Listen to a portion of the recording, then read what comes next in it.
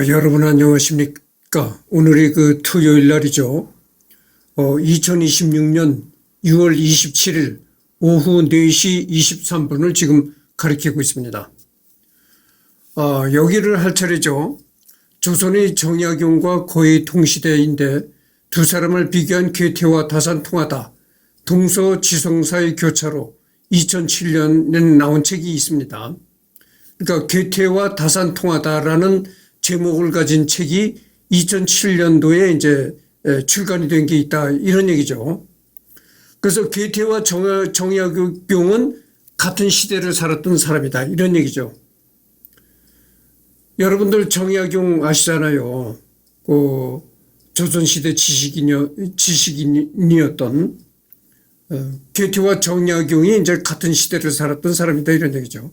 로마에 체류할 당시 바티칸의 시스티나 경당에서 이루어지는 행사에 참여하게 되었는데 이때 무려 성가를 들으면서 미켈란젤로 부오나로트의 천지창조와 최후의 심판을 감상했다고 한다.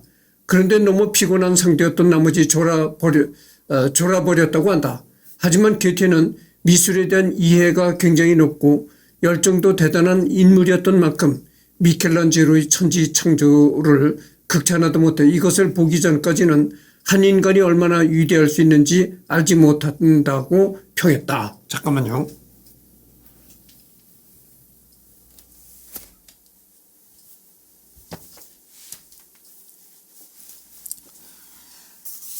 그래서 괴테는 그 문학은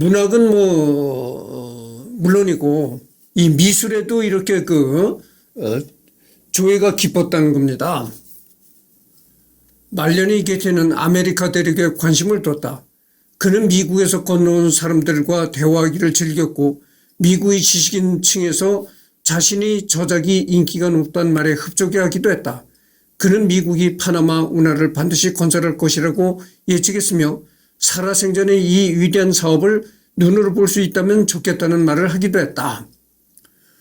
칼 아우구스트 대공 둘째 아들의 미국 여행기를 들고 미국에 관한 시도 지은 적이 있다. 괴테는 이 시에서 미국은 낭만주의 문화가 없는 지역이기 때문에 기사, 도둑, 유령 이야기만 하는 유럽보다 시를 짓는데 더 좋은 환경이라는 식의 얘기를 한다.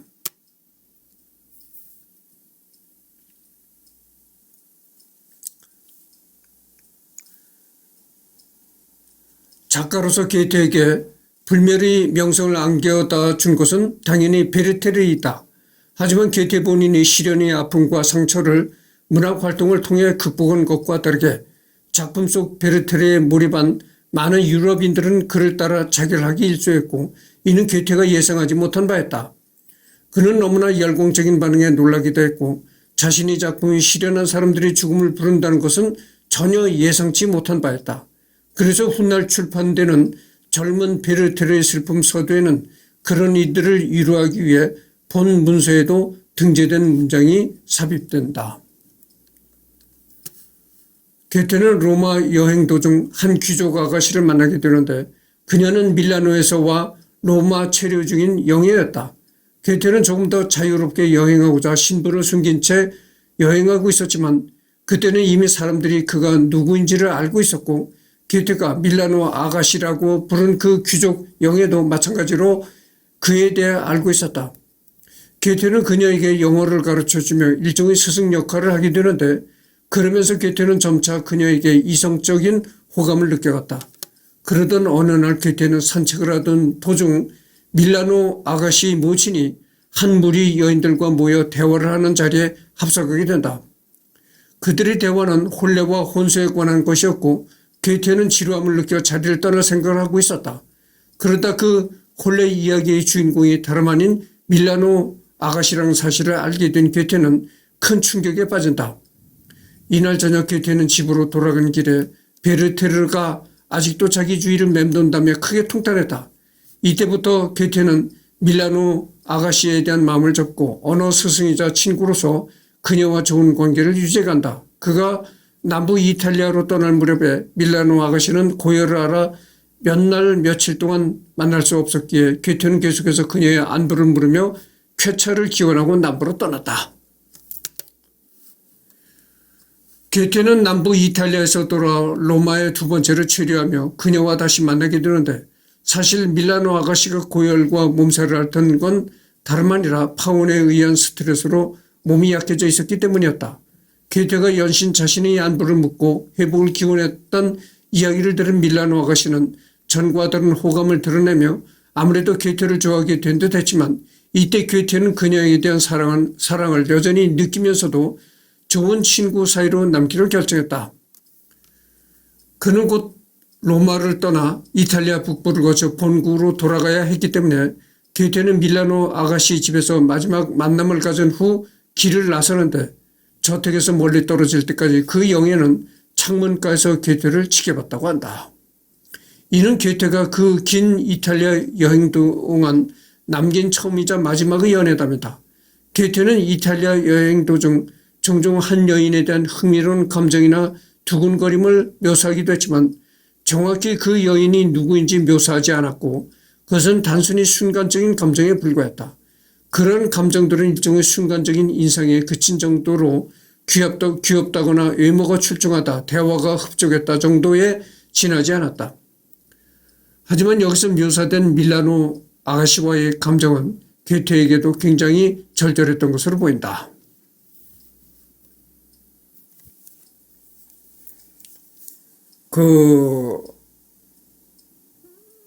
여기서 얘기를 좀 하려고 했었는데 넘어가도록 하겠습니다.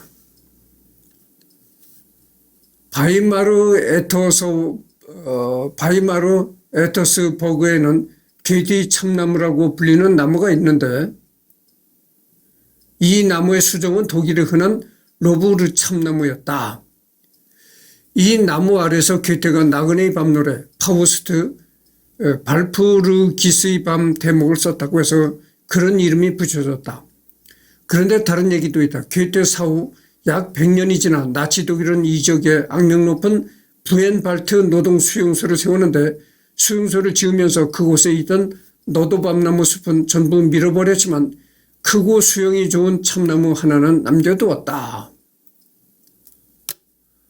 그 나무는 원래 현지인들에게 뚱뚱한 참나무라고 불리던 나무였지만 수감자들이 괴테가 이 근방을 산책하는 것을 기념하기 위한 별명으로 괴테의 참나무라고 부르면서 그 이후부터 괴테의 참나무라는 이름으로 불리게 되었다는 것이다. 결국 홀로코스트의 한복판에서 독일이 저지른 대량 학살마저 목격하게 된 이 기구한 운명의 나무는 끝내 전쟁 말기인 1944년에 연합군의 폭격으로 불타 죽었다. 타고 남은 잔해는 수용소의 나치 친위대들이 비워버려 밑동만 남게 되었다. 왼편의 사진이 바로 1943년에 찍힌 것으로 나무 뒤에 보이는 건물은 부헨발트의 막사이고 오른편의 사진은 밑동만 남은 참나무를 옆에서 찍은 것이다.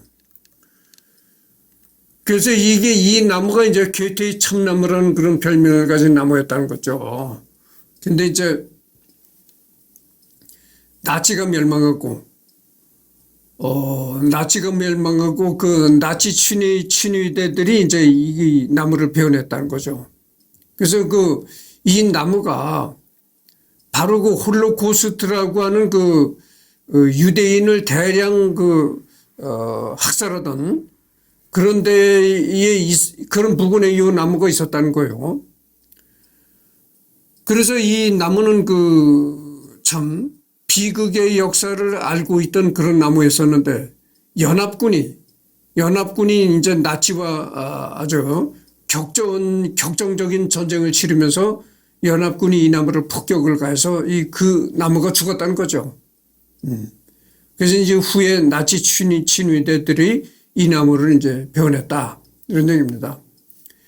엘리자베스 로즈너의 생존자 카페에 따르면 1945년 초 부헨발트가 미군에게 해방되기 직전에 반란을 일으켜 풀려난 수감자들이 이 참나무를 상징적으로 불태워버렸다고도 하지만 이에 대한 증언은 엇갈린다. 현재도 이 참나무의 밑동은 부헨발트 수용소에 남아 독일의 명과함을 증언하고 있다. 한편 수감자 중 하나였던 블루노 아피츠 이 참나무가 불타고 남은 파편 중 하나를 감시병 몰래 가져가 고통받는 부엔발트 수감자의 얼굴을 조각하기도 했다. 1944년에 만들어진 이 작품은 마지막 얼굴이라고 불린다.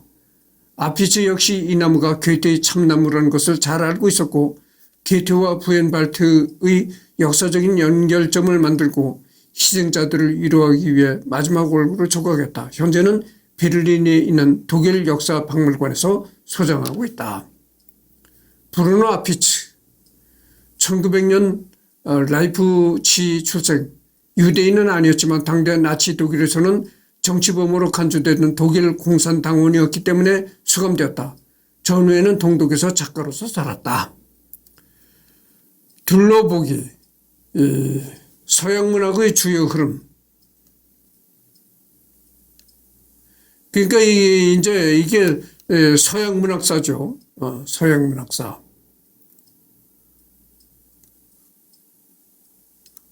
뭐 하여튼 이거는 넘어가도록 하겠습니다. 그래서 이제 서양 문학사가 이렇게 나오고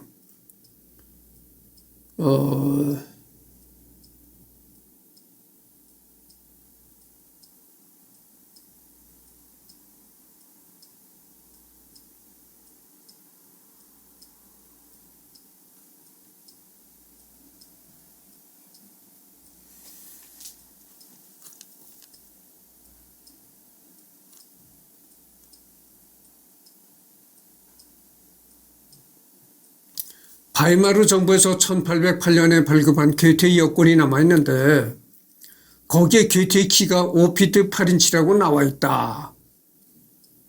5피트 8인치. 5명을 낳았지만 4명이 유년기에 세상을 떠났다. 코르넬리아는 오빠 볼프강의 친구인 요한 게오르크 슐로서와 결혼해 2딸을 낳았으며 슐로서는 괴테랑 친구이기도 하던 요한나 팔모와 재혼했다. 코르넬리아가 낳은 큰딸 마리아인 루이즈는 케니스베르크 출신 프로이센 왕국 관리인 게오르크 하인리 니콜로비우스와 결혼해서 5남 3녀를 낳았는데 어머니처럼 막내 콜로를 낳은 뒤로 만 36세로 요절했다. 둘째 딸인 줄리에테는 1793년에 16살인 나이로 요절하고 말았다. 이런 얘기죠.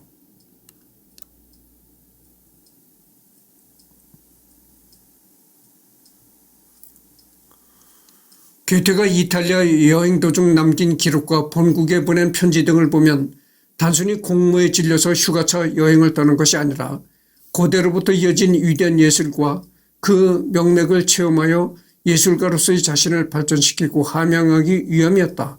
언뜻 도피처럼 보이는 이 여행은 어느 정도의 계획하에 이루어졌던 것이다.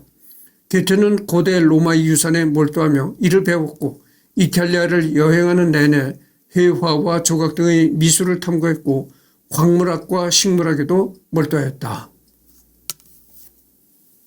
지금 13분을 경과하고 있네요. 실로와 괴테가 처음부터 절친한 것은 아니었다. 두 사람은 한때 정치관과 생활에서의 성향 사이로 냉담한 사이였지만 우연히 만난 강연회에서 대화를 나눈 뒤부터 가까워져 독일 문학사상 유례가 없는 친구 사이로 발전하게 된다. 괴테와 실로는 11년간 1000통이 넘는 편지를 주고받았다. 엄청나네요.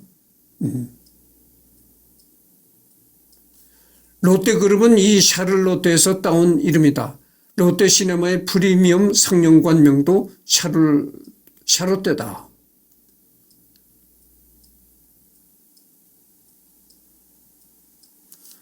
여담으로 괴테의 어머니는 괴테가 만나는 여성의 나이나 신분 등을 이유로 간섭하지를 않았다. 훗날 괴테의 부인이 되는 크리스티아네와 괴테가 동거를 할 때에도 괴테의 주변인과 사람들은 여자의 신분이 괴테에 비해 너무 낮고 교양이 없다는 이유로 수군거렸지만 괴테의 어머니는 두 사람의 관계를 응원했다.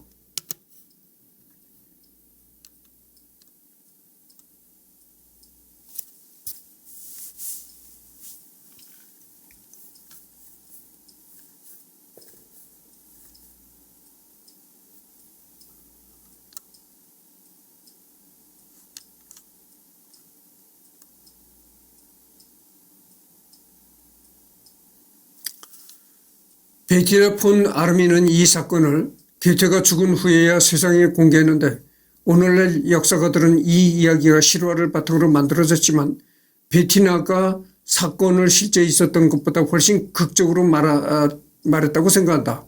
괴테의 인사는 격식을 갖춰 최소한의 예의를 지키는 정도였는데 이를 황후가 지나갈 때까지 고개를 숙였다고 한 부분이라든지 둘 사이가 이후 돌이킬 수 없을 정도로 갈라선 것은 아닌데도 베티나가 등을 돌렸다는 식으로 너무 과하게 외국에서 말했다든지 등등 예를 들어 이 사건이 물론 서로에 대해 코드가 안 맞아서 실망하는 계기가 되었을 수도 있지만 둘 사이에 치명적인 갈등을 빚지는 않았다는 점은 입증할 수 있다.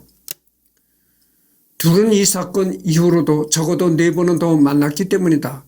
이 사건이 일어난 바로 다음날 괴테와 베토벤은 함께 마차를 타고 근처의 온천 도시인 빌린으로 여행했으며 그 다음날에 괴테는 베토벤을 재방문하여 그의 피아노 연주를 들었다. 그는 일기에 이렇게 썼다. 재미있게 놀았다. 그들은 다음 날에도 함께 시간을 보냈다. 같은 해 9월 8일에도 카를스바트에서 둘은 우연히 만나 함께 점심을 먹은 후 근처 전망대에서 경치를 구경하면서 얘기를 나누었다. 물론 이 만남 이후 서로에 대한 평가는 바뀌어지긴 했지만 서로 각기 다른 사람에게 보낸 편지에서 괴테는 베토벤을 위대한 재능을 지녔지만 사회성이 부족한 사람으로 평가했고 베토벤은 괴테를 궁정 분위기에 너무 심취한 사람으로 평가했다. 그럼에도 불구하고 베토벤은 나중에 괴테를 가장 위대한 독일 시인으로 여겼다고도 말했으며 괴테도 여전히 베토벤을 위대한 음악가라고 사람들에게 종종 말하곤 했다.